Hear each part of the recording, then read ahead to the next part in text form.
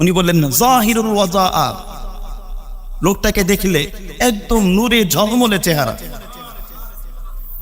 রিবাতুন লাইসা বিত-তাবিলি ওয়ালা বিল কাসীর, মাঝারি টাইপের, মাঝারি ধরনের, একেবারে খুব বেশি লম্বাও না আবার খুব বেশি খাটোও না। আল্লাহ নবী একটু মাঝারি ধরনের ছিলেন, কিন্তু আল্লাহ নবীকে আল্লাহ রাব্বুল আলামিন এমন কুদরত, এমন মুজিজা দান করেছিলেন, নবীজি যদি কোনো লম্বা মানুষের সাথেও চলতো নবীজিকে সবচেয়ে বেশি লম্বা মনে হতো। আল্লাহ রাব্বুল আলামিন চাইতেন না নবীর মাথার উপরে কারো মাথা থাকবে, নবীর মাথা সবার উপরে থাকবে। উনি বললেন রিবাতুন লাইসা বিত-তাবিলি ওয়ালা বিল কাসীর লাম তাইবহু সুলজা, এত বেশি মোটা যে একদম খারাপ দেখা যায় এরকম মোটাও না, একদম সুঠাম গড়নের। এরপরে তিনি বললেন হুসনুল জাবাহা, এক নজরে দেখলেই তাকিয়ে থাকার মতো। এরপরে তিনি বিবরণ দিয়েছেন, এক একটা করে নবীজির মাথার বিবরণ দিয়েছেন। জাহামাতুর রাস, তার মাথাটা একটু বড়, স্বাভাবিক মানানসই কিন্তু একটু বড়। ওয়াসিমুন কাসিম, শরীরের প্রত্যেকটা অঙ্গ প্রত্যঙ্গ মানানসই। লাহু শারুন ইয়াজরিবু বাইনা মানকিবাইহি, উম্মে মাআবাদ বললেন ওনার এত সুন্দর চুল, চুলগুলো বাপরি একদম ছেড়ে দেয়, পুরো কাঁধের উপর চুল ঝরে পড়ে। আল্লাহ নবীর চুল তিন ধরনের ছিল। হাদিসের ভিতরে আসছে চুল যখন বড় হতো কাঁধ পর্যন্ত, এটাকে বলে জিম্মা। আর একটু কখনো কখনো চুল ছোট হয়ে কানের লতি পর্যন্ত আসতো, এটাকে বলে ওয়াফরা। আর কখনো কখনো এর মাঝারি, একদম দুইটার মাঝামাঝি থাকতো, এটাকে বলে লিম্মা। নবীজির তিন ধরনের চুল, জিম্মা, লিম্মা, ওফরা।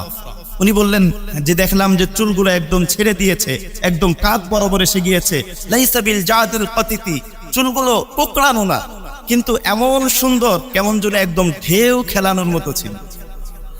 শাদীদু সাওয়াদিশ শাক, একদম কালো কুচকুচে চুল। কালো কুচকুচে চুলের মাঝে নবীজির চেহারাটা একদম সাদা ফর্সা বাদামি কালারের, কেমন যেন ঝলমল, নূরে ঝলমল ঝলমল করতো।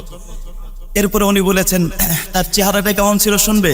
ফি ওয়াজহিহি তাদবীর, তার চেহারাটা কিছুটা গোলাকৃতি, একদম পুরো গোল না, কিছুটা গোলাকৃতির ছিল। আজবানুল জাবিল, এবং তার কপালটা প্রশস্ত ছিল। এবং তার চোখের ব্যাপারে উম্মে মাআবাদ বলছেন তার চোখ আখাল, আহওয়ার, আকরান, আসাজ, চারটা বৈশিষ্ট্য বলেছেন। একটা হচ্ছে আখাল, সবসময় মনে হতো সুরমা দেওয়ার মতো।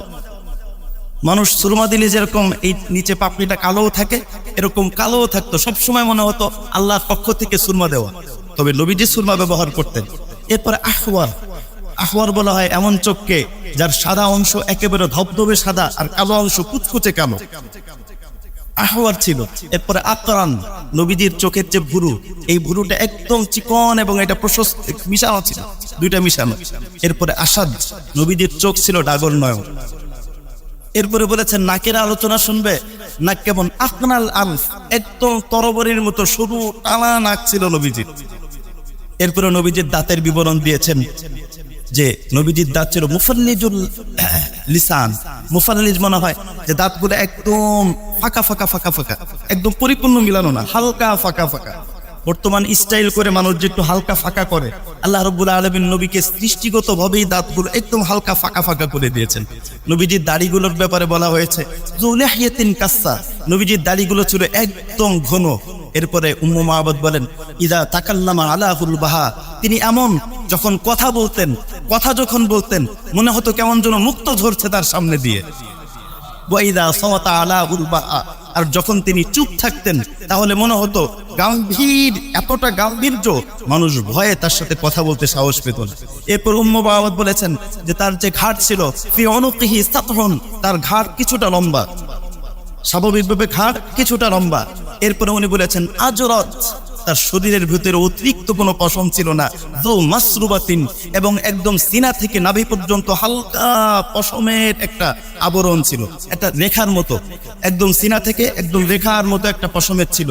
আজাল্লুন নাস মিন বাঈদিন ওয়া আহসানুহু হালাওয়াতান মিন করিবিন, দূর থেকে মানুষ দেখলে মনে হতো এত সম্ভ্রান্ত মানুষ, এত সম্ভ্রান্ত মানুষ, এর সাথে কি কথা বলা যাবে? কিন্তু কাছে আসার পরে মনে হতো এত মিশুক দুনিয়াতে আর কেউ হয় না।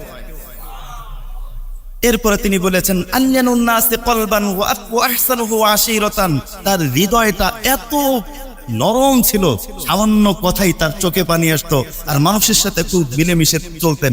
হযরতে উম্মে মাবাদ রাদিয়াল্লাহু তাআলা আনহু বলেন, এরকম একজন সম্মানিত ব্যক্তি আসছে। আবু মাবাদ অবাক হয়ে বলেন, আসলে তাই? উম্মে মাবাদ বলেন, আরো শোনো তার বিবরণ।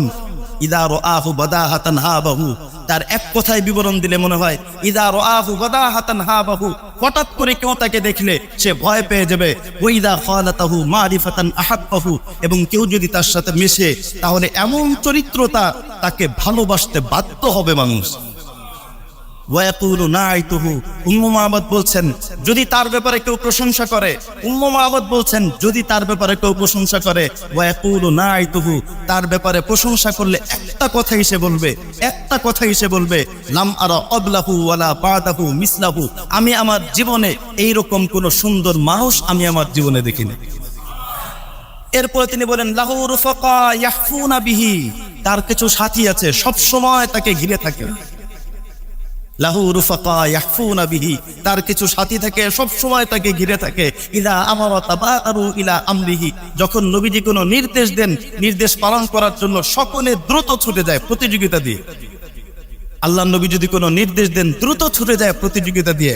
ওয়া ইদা তাকাল্লামা ওয়া ইদা সামাতা, আর নবীজি যখন চুপ থাকেন সবাই নীরব হয়ে তার সামনে আদবের সামনে বসে থাকে। হযরতে জাবির ইবনে সামুরা রাদিয়াল্লাহু তাআলা আনহু ইনি বর্ণনা করেন, রাআইতুন নাবিয়্য সাল্লাল্লাহু আলাইহি ওয়াসাল্লাম ফি লাইলাতিন উযহিয়ান, আমি একদিন এক পূর্ণিমার রাত্রে নবীজির দিকে তাকালাম। পূর্ণিমার রাত্রে আমি নবীজির দিকে তাকালাম। ফানাযারতু ইলাইহি ওয়া ইলাল কমার, একবার নবীর দিকে তাকাই আরেকবার চাঁদের দিকে তাকাই, একবার নবীর দিকে তাকাই আরেকবার চাঁদের দিকে তাকাই।